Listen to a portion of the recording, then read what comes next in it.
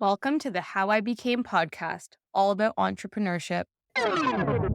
Hello, Bryan. Thank you so much for joining me today on How I Became. I'm so excited to have this conversation with you and share a bit of your story. As you know, I've been following your journey and hashtag paid for a very long time. So that the listeners know, this is Bryan Gold. So you are a Toronto kid, you are a fiance, DMZ alumni, mentor with Techstars. You graduated from Western University, and the co-founder and CEO of hashtag paid. So my very condensed summary of who you are as a person, but I am sure I'm missing a lot in there. But wanted to open the floor to you to share anything I missed or anything that you want to elaborate on what makes you you. Thanks so much. Appreciate you having me on. I think you captured it. That seems like a great description of me. Perfect.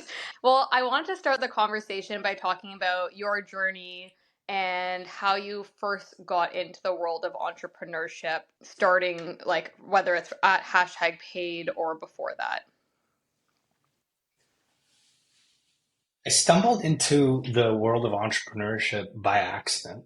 I didn't really consider myself a founder or even really a business person. And I remember one of my friends told me to get LinkedIn, and I told him, like, LinkedIn, isn't that for business people? Why do we need LinkedIn? And he said, Bryan, you are a business person. And so it sort of developed. I sort of just fell into it, specifically with hashtag paid. It started with a problem that I was just trying to solve for my friend Ronnie, who gained a lot of followers online and had no way to easily monetize her audience, even though she was providing a lot of value for brands. She went on an inspiring fitness journey, and her audience would buy anything that she said she used along the way. And so we just wanted to solve that problem for Ronnie, my co-founder, and I. And when we realized nothing else existed, we just started building it. And I guess it's still fully sinking in. But yeah, that's how I got into it. And is the person that you started the business with, Ronnie, is she still part of hashtag paid, or how did that journey evolve? Yeah, it's really started. I guess the first year or two was just proving out the concept. What was the best way to connect marketers and creators? And we tested a bunch of business models with Ronnie and eventually landed on the right business model and have just scaled since then. Ronnie's still in our network, but today we have about 85,000 of these creators like Ronnie that brands can tap into to hit their critical business goals. It's incredible. And when you first started, how did you had your problem, which I think is always a great place to start, but how did you even think about solving that problem when you have a sample size of one? What did that initial like problem solution iteration look like? Yeah, it's interesting because the industry that we're building is still so new. It's still in its infancy. And especially when we started this almost a decade ago, there wasn't a playbook that we could just copy or an adjacent industry that we could look at and duplicate for the problem that we were trying to solve. So it was a lot of first principles thinking. Ronnie gained over almost 100,000 followers in 6 months. And what we realized is that her audience would buy, whether it was a blender, whether it was a protein powder, anything that she said that she used. And so the problem is that Ronnie doesn't have a way to monetize her audience, and brands are missing out or don't have an easy way to connect with creators who know how to engage, motivate, and change their target audience's perception of their brand and even drive to making a purchase. They don't have a way to do that easily and at scale. So that's where you need to start iterating as fast as possible. The first idea that we had in order to connect brands and creators didn't work. It was a website where creators would essentially drive people to another website, and then that website had all their affiliate products. But what we realized is that in-feed moment was super important, and it took maybe 6 to 9 months for us to iterate from the first version of hashtag paid to that second version. And so really when you start, it's all about how can you validate your idea as quick as possible? How can you put something out there, see what's working, see what's not working, and then adjust accordingly. Eric Ries in the Lean Startup, that's essentially building a startup 101. It's how do you make sure that you can iterate as many times as possible in the runway you have so that you have enough time to land on a business model that clicks. And I mean, in that process of iterating and figuring out what works both on the brand side and on the influencer side, and you, the connector of these two pieces of the puzzle, how do you know when to pivot versus maybe the idea isn't there, or maybe the problem that you've identified isn't as big as you might have thought? Like, do you know what I mean? Between like pivoting the idea versus pivoting or tweaking the solution. That's a good question. I think as long as well, first of all, there's different types of companies out there, and then those companies are going to have different success metrics. So, for example, if you're building a consumer app and you're selling or you're giving an app away for free to consumers with the hopes of monetizing it in the future, you're probably going to be looking at something like your stickiness index, so daily active users divided by monthly active users, or perhaps even just your 30-day retention rate. How many people come back to your app 30 days later? And then essentially you need to come up with a hypothesis around what, let's say you have that app, your 30-day retention's at 5%. What's going to get people to 30%? What do you need to change in your app? And you would want to iterate as many times as possible until essentially you give up. I mean, who's to say that it's a bad idea? If you keep iterating and keep trying, eventually it might work. But if you have tried, I guess really it's up to the founder. If you've tried as much as you can, and personally you don't believe in the idea anymore, then I guess no one's going to drive it. So at that point, you have to move to a different one. Yeah. If it's some like a SaaS business where you're selling to businesses, then you're going to look at your retention. So similar to like how many people are retaining with you, what's your net revenue retention, your logo retention. You look at those metrics, and then you're going to try to create features, products, or iterations that move those metrics to a certain milestone. And you want to do that as many times as you can in the runway you have in order to hit that milestone and hit those goals. And I guess at one point, if you're not able to hit it and you run out of runway, then the decision is almost decided for you. That's when it dies. Totally. I think in order to do that, it's a lot of passion and motivation for yourself as a founder. You went into this as a co-founder, but I know that currently you're the CEO of the company. So I'm curious how you continue to motivate yourself as you, whether it's growing at that very early stage where there's a lot of challenges and you have to be your number one champion, to today, how you continue to motivate yourself when you're leading a really huge team, you're working with really big businesses and need to ensure that all the balls keep rolling forward. I think you touched on it perfectly, Kelly. It really comes down to your passion. There's so many ups and downs along the startup journey that you have to be passionate about what you're doing in order to make it and make it through all the tough times. For me personally, I think like self-governance, self-management is really important. If you're going to be leading a team and you're going to be leading people and you're going to be getting the trust from investors to operate and to succeed and to win, you need to be able to manage yourself and make sure that you are being as productive and as focused as you possibly can be. And I mean, for me, that looks like things like meditation. I'm really into now, as corny as it is, ice baths. I love ice baths. So I've been doing that, Okay. and I've been really into yoga as well. And I make sure that I am doing that to make sure that I'm my best self at work and as productive as possible, and making sure that we're hitting our goals. But you need to make sure that you're managing yourself as a founder and as a CEO. Do you find that yourself as a leader today is different than yourself as a leader when you were at a company size of one? Absolutely. I think if you have to constantly be leveling up and getting better as a founder, especially as a first time founder. And so if you look back at your previous self from 6 months ago, you shouldn't be able to recognize that person. If you're not constantly leveling up every 6 months, then you're doing it wrong. I like to think of my job over time from, being a handful of people to now 100 as I'm constantly firing myself and replacing myself with someone better, really. I hire people smarter than me who know more than me, and I fire myself and then I move on to something else. And I've just been sort of doing that along the way to get to where I am now. And the problems that you have to overcome as a founder change as you scale. And so now we're a Series B stage company going on to our Series C. The complexity of the operations of scaling an org of that size is very different than very early on, where you're deep into the product market fit and you're iterating the product and you're working closely with the product team to just try to find what the right business model product solution is. Once you have all that and you have product market fit and you start scaling, it's a whole other set of problems. So you need to constantly be trying to level up every 6 months. I That's such a cool way of thinking of it, constantly firing yourself. Yeah, I haven't heard that, but I really like that.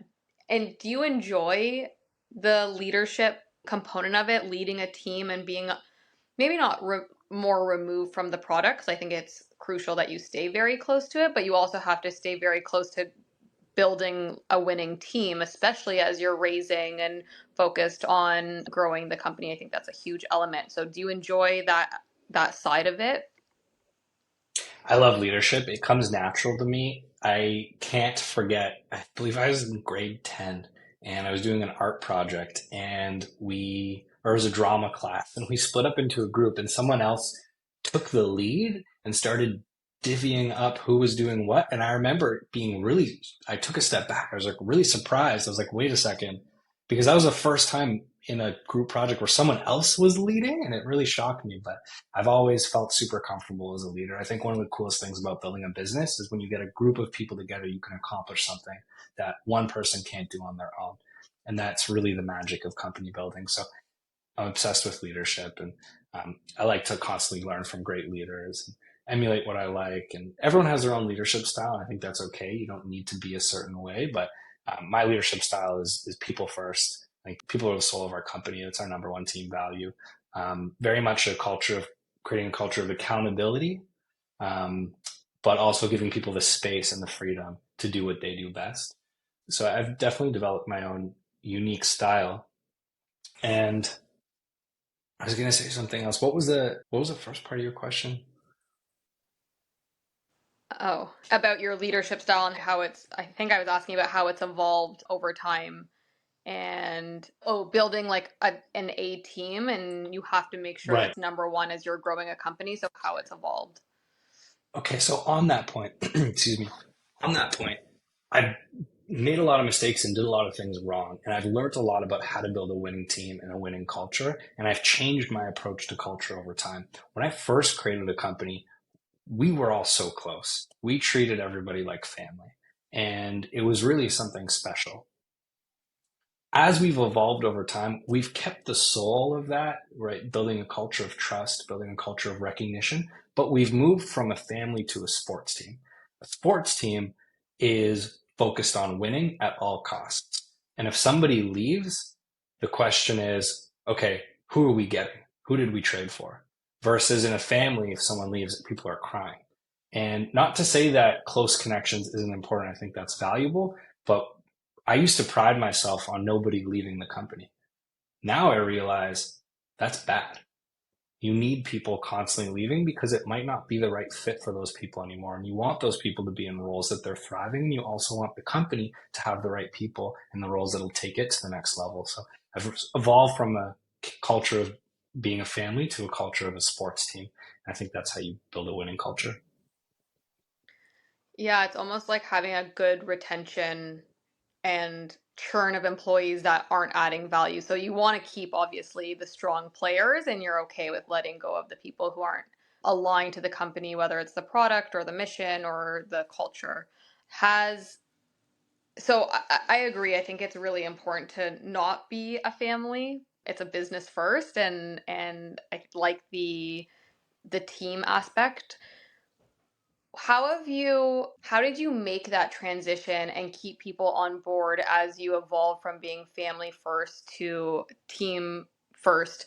Or I guess the part two of that question is, do you think that a startup at that very early phase where it's like three, four of you, it needs to be more family oriented because you need people to just like ride or die in it and it's not a team at that point? What are your thoughts there? Maybe, again, I don't think there's exactly a right answer. I think depending on your style, depending on your product, depending on your space, I think different cultures and different environments in the early days may work for different people and different businesses. For us making the transition, it was easier than I thought. I think I had a lot of fear what would happen. once we made that Right. transition. And what I realized was the best people at the company are motivated by having other amazing people that they can learn from and work with. And if there's somebody on the team that's not pulling their weight, your best players actually might be weighed down by knowing that there's somebody who's the wrong fit or maybe not giving it their all or working as hard as them on the team. And so I think it can actually help your A players and your best people be inspired because they want to work with other great people and they want to make sure that the whole team is full of people at their caliber or higher. Yeah, I think that makes a lot of sense. And you're right, every company is going to operate a little bit differently and have a different culture and want different things. But it's important to make sure that everyone's lifting each other up and shedding the bottom, keeping the 20 strongest percent and letting the rest of it kind of float away. It's just natural. I mean, you kind of mentioned this, that it's a business and you're working towards key goals. What are some of the key metrics, both on like the business side, but also on the team side, do you focus on as you're like moving into the Series C position? The metrics, so we operate a B2B marketplace. So we're selling to enterprise brands. And so there are certain metrics that you look at in a B2B company, especially a marketplace company. The metrics that you look at, though, not only change depending on the stage that you're at, but for us in the macro environment of today, we've seen a huge swing over the last year or so from this growth at all costs mentality to efficient growth. And so we've been really focused on efficient growth and have essentially moved full swing in towards a focus on our contribution margin and making sure that we're building a profitable company. And so we definitely look at our high level growth numbers, but also that we're able to sustain the growth in an efficient way. And do you find, I mean, you started a brand trying to solve a problem for a friend, and now you're going through, and I know it's been a while, but raising and investments and this whole other side of entrepreneurship. How has that how has that evolution been for you? Yeah, it's interesting because you start at the surface of just this problem you're trying to solve and maybe a product you're trying to code. And then as you work your way up, there's new challenges and new jobs for founders and CEOs that you might not expect. For example, managing a board of directors. It's not something that you think of when you think of starting a company, but being able to work well with your board of directors is super critical. And if done right, can actually help propel your company to success faster than you could by yourself. Or yeah, raising rounds of financing. It's a different and unique skill that you have to develop. It's different than the core of the business because you kind of have to step away from the business to talk at a high level about the story, but it's super critical to the business's growth. So it's very important. Yeah, it's been an interesting journey learning those. And I feel like each year there's new challenges and new growth problems to solve. So as long as you're, as we like to call it at hashtag paid, a learning animal, constantly learning and growing, then you can succeed and keep leveling up and taking on those new challenges that you didn't initially anticipate. How are you making sure that you keep learning? I mean, when I hear you say that you're learning how to manage a board of directors and there's this whole new side of finance that you have to understand, it like gives me heart palpitations, right? Like it's scary. So how have you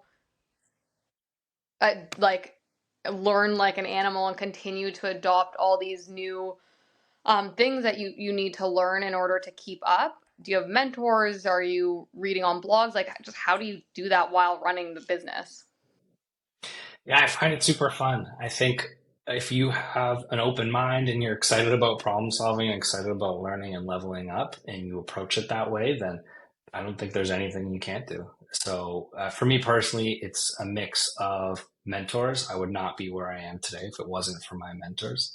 There's a lot of Yeah. great people that surround the company, either on our board of advisors or that are just coaches that I can call on or talk through about specific problems, as well as networks of whether it's investment groups or people that can help you. And there's tons of resources online or books. Most recently, there's a book called Scaling People by Claire Hughes Johnson, who was at Google for many years and then went to be the COO of Stripe. And she's got a really tactical book. So it's got playbooks, for example, how to manage people really well. And so you can reference books like that to help learn from others. There's another one called the High Growth Handbook by Scott Belsky. That one's also super tactical, and it's got a lot of great advice for entrepreneurs. Amazing. I made note of that so I can link it in afterwards. And you mentioned before that, I mean, we've talked so much about your leadership and the growth of the company, and you mentioned you're in Series B, moving towards Series C. How has that journey been? When you first started the company, I imagine that wasn't the expectation of where you would end up. So when did you start thinking about raising, and how did you initially approach it? Well, from the get-go, we knew that we wanted to raise money because the categorical opportunity was so big that we needed to move fast and operate at a loss in order to capture it. And so we knew from the get-go that the type of business, and I guess that's also an important thing to distinguish for founders out there. What kind of business are you building? Are you building a lifestyle business that potentially makes you a couple $100,000 a year? That's amazing. Or are you building a venture-backed startup that needs to potentially go into a burn in order to capture market share and then eventually make money? I don't think one's better than the other. And I think over the last couple of months, people have started to realize that the allure of raising venture capital and scaling your team, perhaps isn't all that it's cut out to be. It's a lot of hard work. It's a lot of sweat and tears. It's not necessarily better than having a lifestyle business where you don't raise venture capital. So founders should be really mindful about what kind of the business they're raising. And then if you are raising your first angel round, then happy to share more about how to do that. I work with a lot of founders helping them raise their first rounds. And the way I describe it is essentially a twofold process. First is you got to nail your story, your deck. And some people today even just write an investment memo, but the way that I've always done it is you put together a presentation, a PowerPoint or a Google Slides or a keynote. You just have essentially a really, really tight story around what your business is. And at the earlier stages, it really is more of an art than a science. It's really about being future oriented and painting a big vision, a big picture. I tell founders that the worst amount of revenue you can have in order to raise is $1, because as soon as you start bringing in money, it's never enough. So at the very early stages, just based off of the story alone, you should be able to get your first round done. Of course, some traction is always great, but at that stage, it's an art. And once you have a really strong deck in place, that's when you start scoping out, okay, who are the best investors for you? So you look at strategic people that are in your space that are more experienced. You look at angel networks in your local city. Who are the people that are the right investors for you? And then you run your process. So imagine 2 weeks where you have back-to-back meetings filled with those potential investors. In order to get those meetings on the calendar, I highly recommend a warm introduction. It's the best way to meet an investor. The number one way you can get connected to an investor is through a portfolio company, a successful portfolio company of theirs. So if they've invested in a really bright entrepreneur, getting an intro through that entrepreneur is the highest signal intro that you can get. You can look on LinkedIn, you can see who's connected to those investors, ask that person for an intro, jump on a call with them, ask them for an intro, ask them maybe who else they might know that's a good fit. But you really want to lean on the warm introductions through your network if you can to get introductions to the investors and then line them all up and create as much of a competitive process as possible. If you go to one investor and you give them an opportunity and they know that they're the only investor that they're going to, they have no urgency to close the round. They can drag their feet, wait as long as possible so that they can see your traction and perhaps invest in you once the risk is a little bit lower because you're farther along. There really isn't anything driving them. And so what you want to do is create a really tight process where you're meeting with as much investors as soon as possible. You're in control. You're collecting maybe some soft circles, as we call it. So ask them if you want to, perhaps you're raising a $500,000 angel round or $1 million angel round. You can say, hey, what's your typical check size? Maybe they say 100K. Do you want us to make sure that there's room for you? Sure. Okay. You have that then allocated to them until you meet with so many people that the round is already full.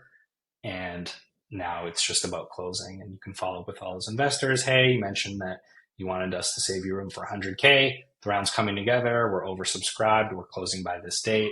I'll send you the paperwork. Can you sign by Wednesday with money in the bank by Friday? Otherwise, things are just moving fast. I love the tactical explanation because it's a black box, I think, to a lot of entrepreneurs of what does that process look like. It's also very emotional, and maybe you want to touch on that as well, but I it's very difficult because you're also running a business and trying to grow a business, and that in itself, the networking of it, the getting all, getting all your ducks in a row is a full-time job as well. But maybe like the emotional side of it because it's exhausting, and you also want to have a bit of a life outside of this. So how did you keep it going? Was that the ice baths, meditation, and yoga? I found those later on, but yeah, bringing me back to the seed round. I remember, you're right. It's very, very hard because you need to run the business and fundraise at the same time. And I remember spending the bulk of my day fundraising, and then after dinner, hanging out at the office, doing the product management work and QAing the features that we were building.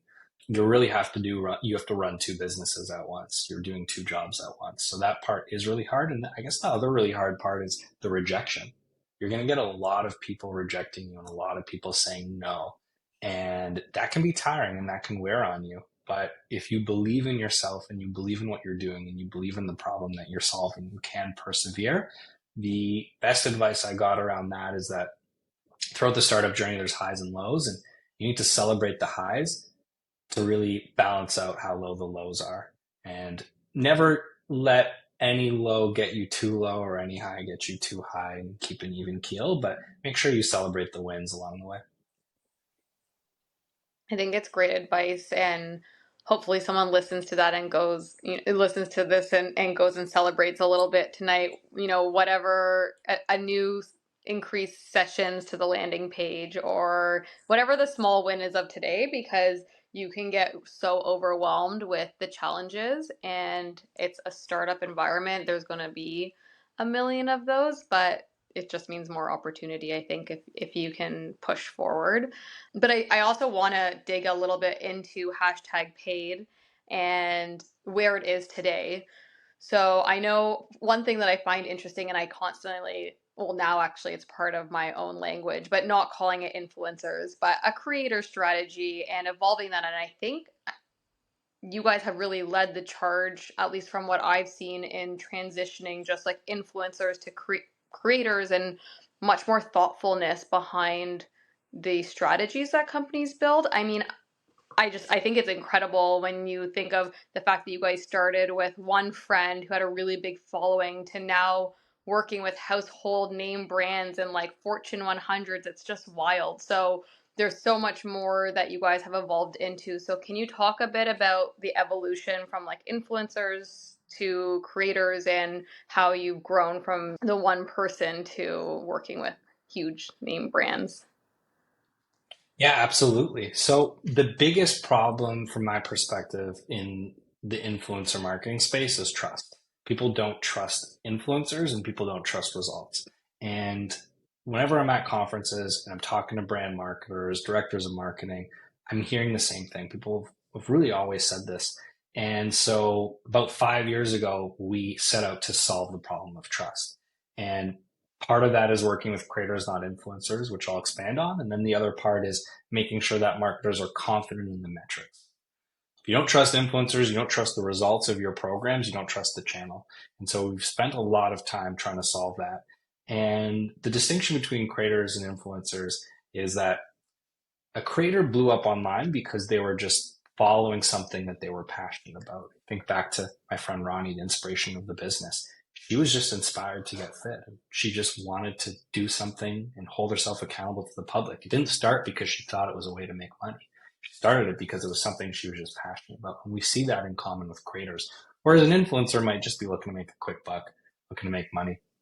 A creator is only going to work with brands that are a natural, authentic extension of who they are.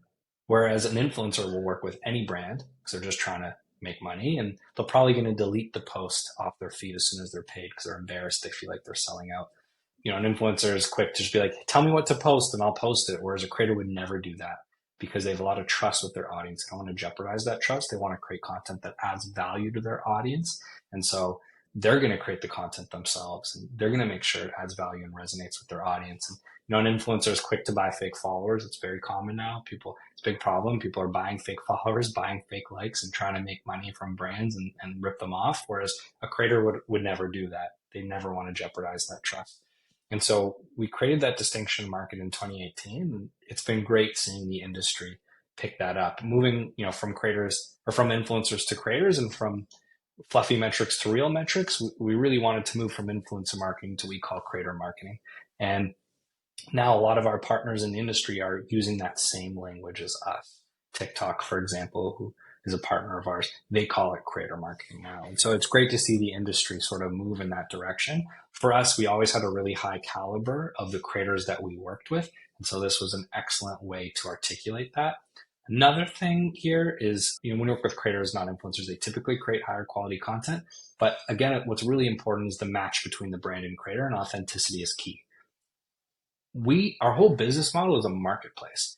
There are other people who approach this problem and they build a SaaS company where they give marketers a list of millions of people, and they can go and they can search and they can find those people. But there's a lot of things that we solve through our marketplace model. And if authenticity is the most important thing between a brand and creator match, with our creator network, we have a tool called Handraise, where you get a match with creators who are the perfect fit for you, whether it's a specific brief, a specific person you're looking for, or maybe you're looking for a few types of people. You can hear from them firsthand who they are and why they're a fit. And that's only possible by having an on-platform creator network and workflow tools to activate them. So that's how we've solved that problem.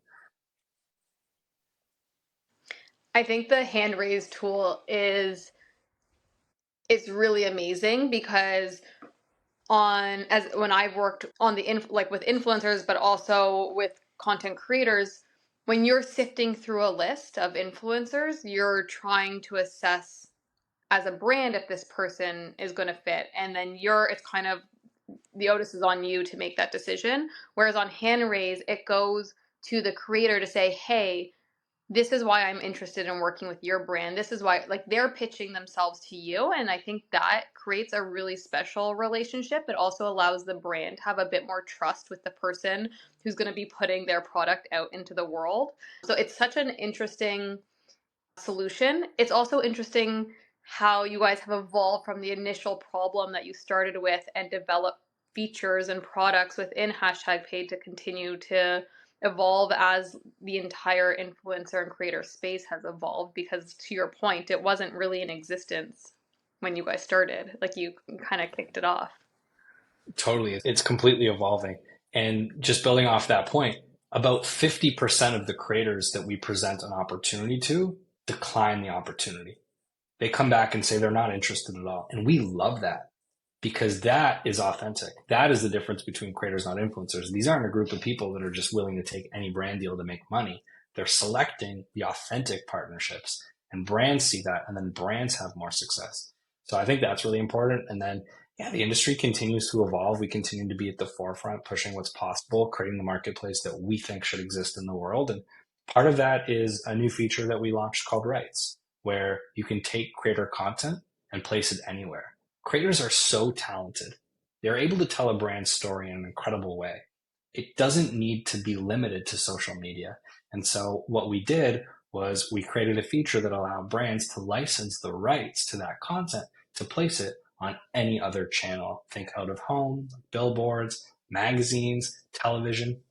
And we've seen a lot of success with that. We have, for example, Infinity creating a really high quality content with some of our top creators, including Alan Pounder, and taking that content and putting it in movie theaters and putting it in airplanes, on flights, leaving internationally. And so it's really cool to see the evolution of creator content and where creators can go. And it's great to be driving that with an industry first feature like Rights. And I think what's really cool about Rights too is if you ask a creator, hey, I want to take this content, I need 10 million impressions on print in North America for 3 months. They have no idea how to price that. Nobody knows how to price that. And so what we did was we created a pricing algorithm to completely automate that.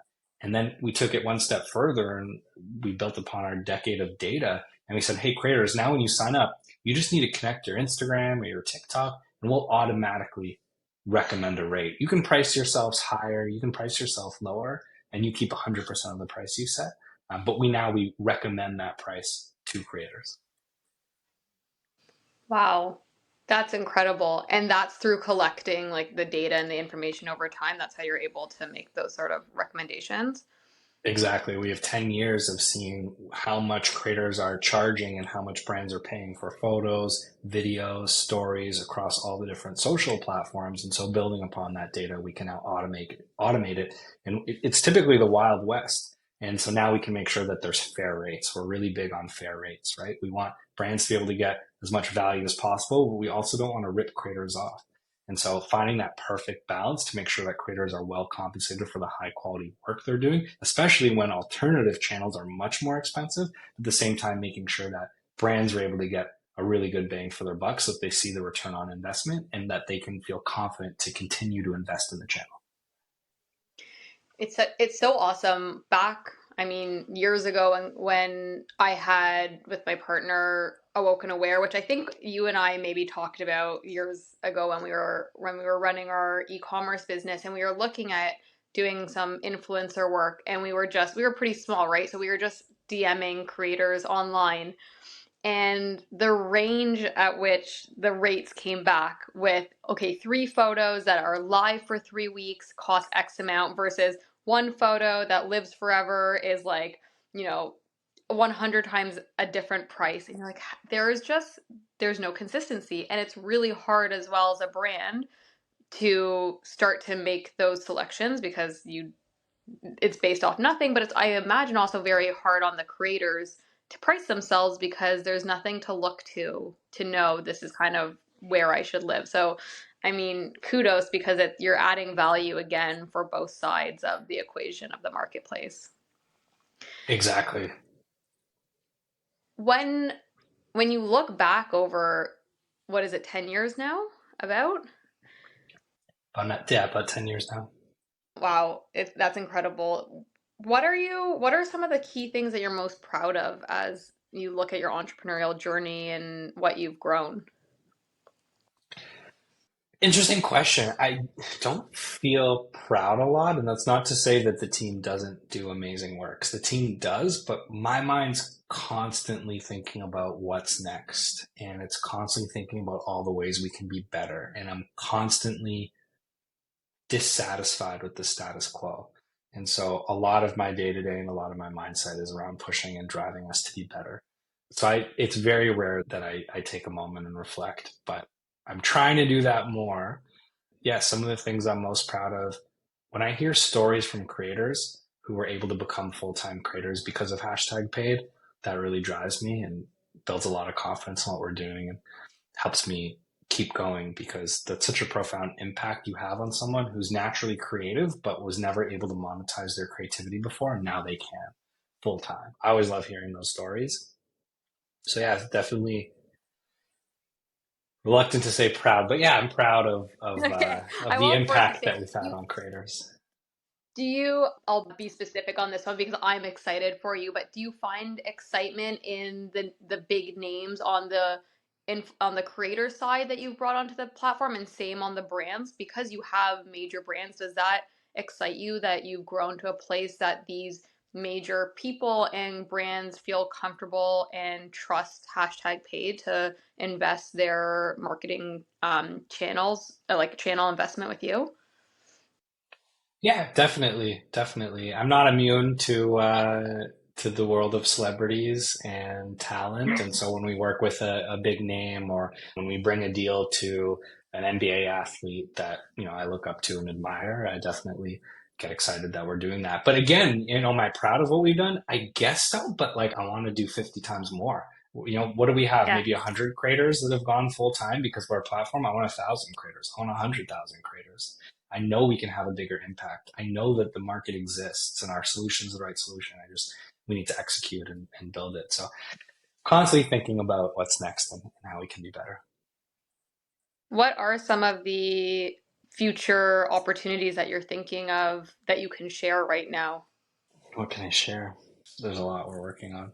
A lot of it is, This is a good hook, and people will have to check back at hashtag paid and see where you guys are in the next 6 months and a year. I guess we're still like really early We're really early on the rights piece. We just launched it, but it was more of a soft launch. We're actually doing a full launch in New York next Thursday at our flagship event, Meet the Creators. So that's really still what's next. Yes, we've seen Infinity take that content to movie theaters and airplanes. We've seen Sephora take that content and put it in their retail stores. That's great, but we're really just getting started. Brands also are looking to be more efficient with their spend. And what they're starting to realize now is if they take creator content and then purchase rights, they can save a lot of money on their creative costs. They don't need to necessarily spend Yeah. as much money with their creative agency building up that creative, but then they get all the content that they need in order to essentially plug into all of their media channels. So we're still scratching the surface of what's possible with rights. I'd love to see every brand we work with have creators at the center of their marketing mix and think about how that content can live on all of their distribution channels.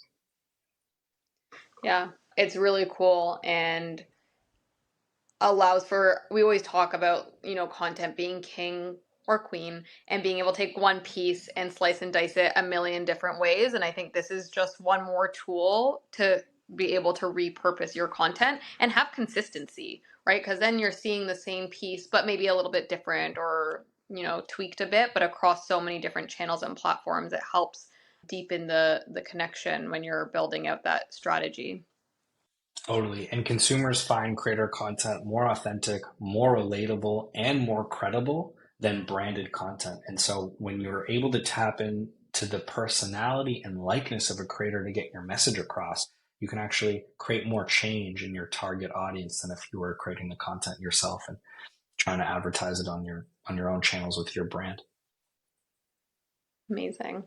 So I have just two last questions for you. So one of them is, I asked this because I think I faced a lot of myths when I was growing my business, and you hear a lot of things as an entrepreneur that you realize is just a myth and it's not real once you actually start digging into the business. So I'm curious if there's any myths that you were told as a founder that as you've grown your business or grown as a leader, you realize is not true and that you want to dispel that myth. Very early on, I was fixated that there were two metrics that was your ultimate startup success. And whenever I would meet other founders, I would ask them these two questions and gauge and judge how successful they were based on it. And I think it's a myth. Those questions are how much money have you raised and how big's your team? The more money you raised and the bigger your team, the better. Nowadays, I think it's the opposite.